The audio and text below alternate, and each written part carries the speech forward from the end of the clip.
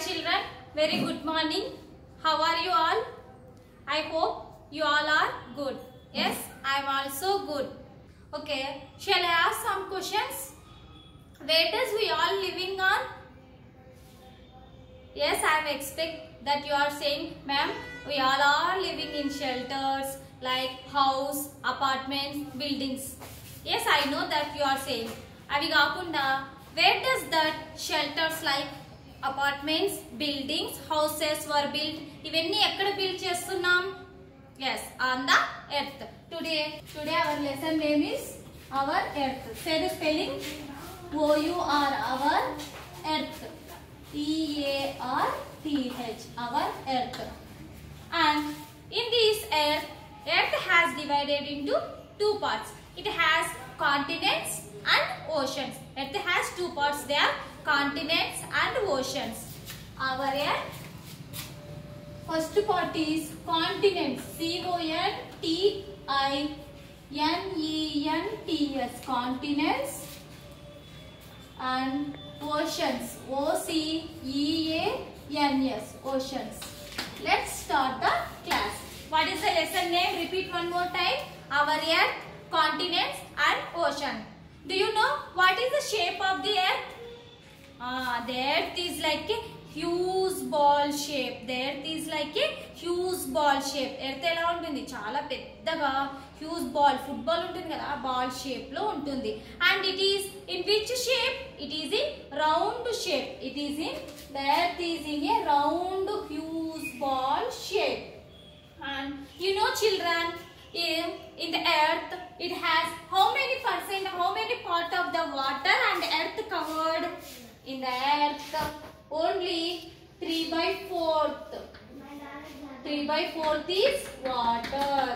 3/4 is water. How much percent? Part 3/4 is water and 1/4. 1/4 is land. 1/4 is land. We learn in the last third class. Third class lo మనం ఉన్నప్పుడు ఈ percentages గురించి మీరు తెలుసుకున్నారు. Earth లో వచ్చేసి 3/4 part వచ్చేసి వాటర్ ఉంటుంది. ఎర్త్ మీద ఓన్లీ 1/4 వచ్చేసి ల్యాండ్ ఉంటుంది. What ma'am, why you are saying earth is very small amount? Then water is so heavy. But there is no water on the land. We are not able to drink sufficient of water. Manaku sufficient water anedi dorukadam ledu.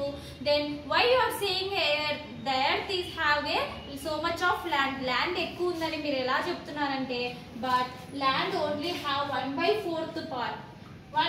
3/4 part is the remaining water is entered into the ocean. 3/4 part వచ్చేసి water మొత్తం ఎక్కడ ఉందంటే oceans లో ఉంది. మరి దీని percentages లో ఎలా చెప్పుకుందాం? How did we tell in a percentage? In percentage we can tell 29%. 29% is land. 29% is land and remaining 71%. Remember this one? 71% is water. 71% is water. Or we can tell as 1/4 is land and 3/4 is water. Is it the earth is a round shape? Yes, it is a round shape. But in long ago, the old people think that the earth is just like a flattened.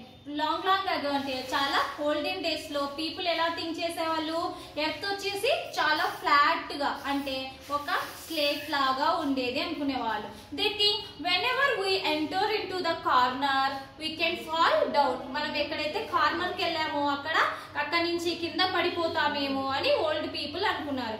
But it is not like that. The earth is in a round shape. How did you think the earth is a round shape? How can you imagine? వాళ్ళు ఎలా imagine చేసుకున్నారు earth is a round shape ఎలా ఉంది అంటే due to the proofs ఎలా వచ్చాయంటే due to the proofs it is about from satellites మనకి కొన్ని ప్రూఫ్ పంపించడం వల్ల ఎర్త్ వచ్చేసి రౌండ్ షేప్ లో ఉంది అనుకున్నాం. The earth is in a round shape but the earth has some ups and downs. Earth అనేది అన్ని చోట్ల ఫ్లాట్ గా ఉంటుందా? No, it is not flat. It is just ups and downs. Do you know children, whenever we enter into our home, high and some houses are very low and top to the bottom. కొన్ని ఇల్లులు ఎలా ఉంటాయి, చాలా height లో ఉంటాయి. some houses are very down, చాలా కిందికి ఉంటాయి. and whenever you know, so whenever rainy season వచ్చినప్పుడు rainfall వస్తుంది. rainfall వచ్చినప్పుడు ఏమవుతుంది, హైట్ నుంచి స్లోప్ ఏరియాస్ లోకి వాటర్ అనేది వచ్చేస్తుంది. స్లోప్ ఏరియాస్ లోకి వాటర్ వచ్చినప్పుడు ఏమవుతుంది అంటే హైట్ లో ఉన్న వాటర్ మొత్తం ఫ్లోట్ అవుతూ లో ఏరియాస్ లోకి వాటర్ అనేది వస్తుంది. అంటే దీన్ని బట్టి మనం ఎర్త్ ఎలా ఉంది, earth is just like ups and downs. మరి ఎర్త్ అనేది అప్స్ అండ్ డౌన్స్ ఎలా అయింది, due to causes of natural calamities. Due to causes of natural calamities. See the spelling natural calamities, NATURAL, natural calamities. CALAMITIES, natural calamities. Natural calamities అంటే ప్రకృతి విపత్తులు. What are the natural calamities? Like maybe tsunamis. TSUNAMIES, tsunamis. Here T is silent. Tsunamis and some more floods, FLOODS, floods and water submerged areas. Water submerged, SUBMERGED, submerged areas, AREAS, areas, and maybe also droughts, DROUGHTS, droughts. Natural calamities means it occurs very naturally from the nature వల్ల మనకు వచ్చేసా dangerous parts అంటే ప్రకృతి విపత్తులు. For example, tsunamis. You know tsunamis? You see the film Dashavataram? In the Dashavataram film, last in climax, we can see the tsunami. Tsunami ఎలా వస్తుంది, the huge amount of water comes into very heavy. Last లో water ఎలా వస్తుంది, హెవీగా ఇట్లా just like ఏ one wave, ఇట్లా చాలా హెవీగా వాటర్ అనేది మనల్ని ముంచెత్తుకుంటూ వస్తుంది. ఇలా వల్ల వాటర్ తో పాటు ఏమవుతుంది, all the houses, plants, next water and earth, ఇవన్నీ ఏమవుతున్నాయి, దే ఫ్లోట్ గో అవుట్. అవన్నీ ఏమవుతున్నాయి, కొట్టుకొని వెళ్తున్నాయా లేదా, ఎర్త్. సునామీస్ వల్ల కూడా ఎర్త్ ఏమవుతుంది, అప్స్ అండ్ డౌన్స్ అంటే పైకి కిందికి. ఫర్ ఎగ్జాంపుల్ మీ ఇంటి దగ్గర మట్టి ఉంది, మట్టిలో డైలీ వాటర్ పోస్తూ ఉండండి. ఇట్ హ్యాస్ ఏ దెన్ అంటే ఏమవుతుంది, అక్కడ డెప్త్ వచ్చేసి ఇంక్రీజ్ అవుతుందా లేదా, అంటే ఒక గుంతలాగా ఏర్పడుతుందా లేదా. అలా కాకుండా ఒకటేసారి huge amount of water like tsunamis లాగా వచ్చినప్పుడు ఎర్త్ ఏమవుతుంది, ఎర్త్ అనేది పోసుకొని వెళ్ళడం వల్ల కొన్ని చోట ఎర్త్ హెవీగా ఉంటుంది, కొన్ని చోట ఎర్త్ అనేది ల్యాండ్ అనేది చాలా తక్కువ ఉంటుంది. And floods are also called as, floods అంటే ఏంటివి, వరదలు వచ్చినప్పుడు కూడా అంతే కదా, మొత్తం మట్టిని ఎక్కడెక్కడ ఏమవుతుందో మొత్తం కొట్టుకొని వెళ్తుందా లేదా. కొట్టుకొని వెళ్ళినప్పుడు ఈ ఏరియాలో ల్యాండ్ అనేది తక్కువ అవుతుంది.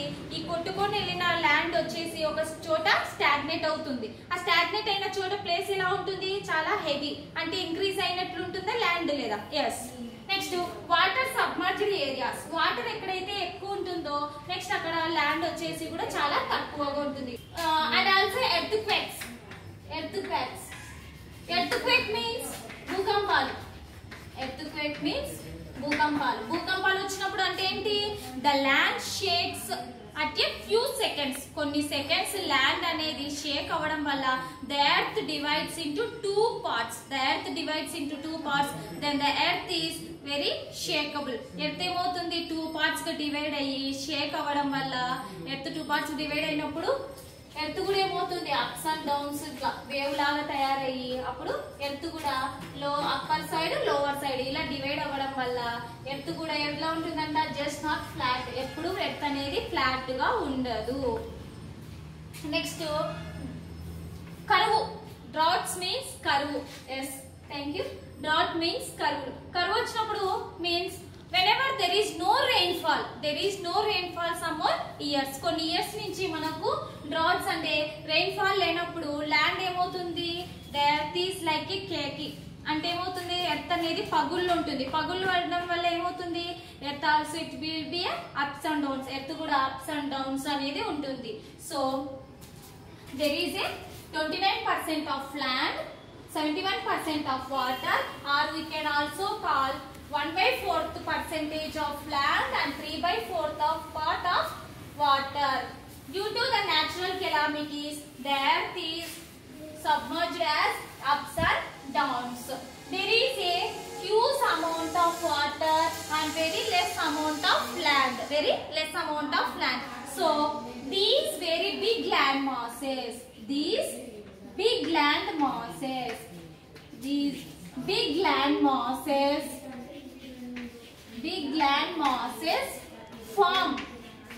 formed together. These big land masses formed together. TOGETH together is called a continent. CONTINENT continent. ఏమంట ఎర్త్ అనేది ఒకప్పుడు అంత ఒకే ప్లేస్ లోనే ఉండేది. ఎర్త్ అనేది టోటల్ ఒక కేక్ లాగా ఒకే ప్లేస్ లో రౌండ్ గా ఉండేది. కానీ కొన్ని న్యాచురల్ కెలామిటీస్ వల్ల ఎర్త్ ఏమవుతుందన్నాను, అప్స్ అండ్ డౌన్స్ వల్ల ఈ ఎర్త్ అనేది ఎర్త్ క్వేక్స్ వల్ల ఇట్లా షేక్ అవుతూ పార్ట్స్ గా డివైడ్ అయింది. whenever we see the world map, మనం వరల్డ్ మ్యాప్ చూసినప్పుడు ఎర్త్ ని చూపిస్తారు చూడ, కాంటినెంట్స్ ఐడెంటిఫై చేస్తాం. ఇప్పుడు నెక్స్ట్ కాంటినెంట్స్ ఐడెంటిఫై చేసినప్పుడు చూపిస్తాను. ఎర్త్ ఏమవుతుంది, ఒక్కొక్క కాంటినెంట్ ఒక్కొక్క ప్లేస్ కి వెళ్తుంది. అలా కాకుండా ఈ కాంటినెంట్స్ అన్ని ఒకే ప్లేస్ గా మనం పజిల్ లాగా అటాచ్ చేస్తే ఈ కాంటినెంట్స్ అన్ని ఈ round shape, it should be like ఏ చపాతి ఉంటుంది కదా రౌండ్ గా, అలా రౌండ్ షేప్ లో ఈ కాంటినెంట్స్ ఉంటాయి. ఈ ల్యాండ్ మొత్తం ఒక ప్లేస్ లో ఎక్కువ ఉంటుంది కదా, huge amount of big land masses. These big land masses అంటే హెవీగా ఉన్న ల్యాండ్ మొత్తం ఒక చోట చేరితే, ఆ పెద్ద భూమి ఉంటది కదా, ఒక ఏరియా మొత్తం ల్యాండ్ మొత్తం ఉన్న దాన్ని ఏమంటామంట, continent. This is called continent. And remaining these big land having these big land covered with COVERED covered with huge huge expanse of water,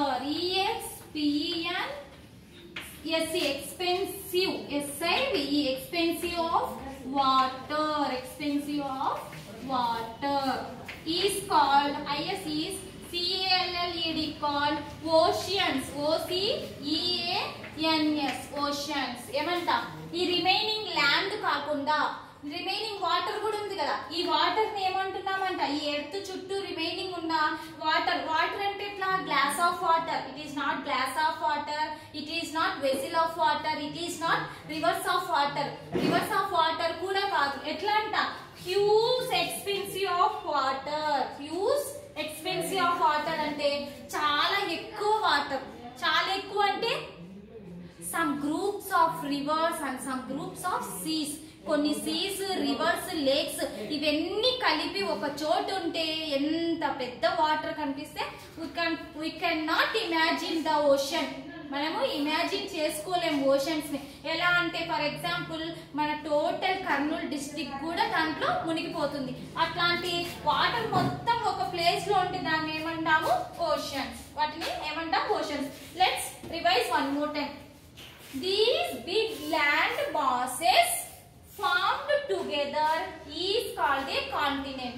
చాలా పెద్ద ల్యాండ్ మొత్తం ఒక్కొక్క ఏరియాలో ఉంటే దాన్ని continent. Madam for example in our పాండ్యం also very large amount of land. అలా కాదు, చాలా heavy. We can not imagine చేసుకోలేనంత ల్యాండ్ వచ్చేసి ఒక ఏరియాలో ఉంటే దాన్ని continent. These big land covered with huge expensive of water. ఈ ల్యాండ్ మళ్ళీ ఏమవుతుందంట, ఎక్స్పెన్సివ్ ఆఫ్ వాటర్, చాలా హెవీ. అంటే హెవీ వాటర్ అంటే ఎట్లా, కొన్ని గ్రూప్స్ ఆఫ్ లేక్స్, నెక్స్ట్ కొన్ని groups of seas, rivers, lakes. మీ ఊర్లో చెరువులు, కాలువలు, నెక్స్ట్ నదులు ఉంటాయి కదా, ఇలాంటివన్నీ కొన్ని హండ్రెడ్స్ ఆఫ్ వాటర్. ఈ వాటర్ మొత్తం కలిసి ఎక్కడ స్టోరేజ్ అయి ఉంటుంది, ఓషన్స్ లో. దీన్ని ఏమంటారు, oceans. This is the topic of our earth, continents and ocean. In the next class, we will discuss about continents and oceans. How many continents are there? How many oceans are there? In the next class, I will teach you each continent and their explanation. I hope you children, you all learn the lesson and you should understand the lesson. Okay, we will meet the next class. Bye.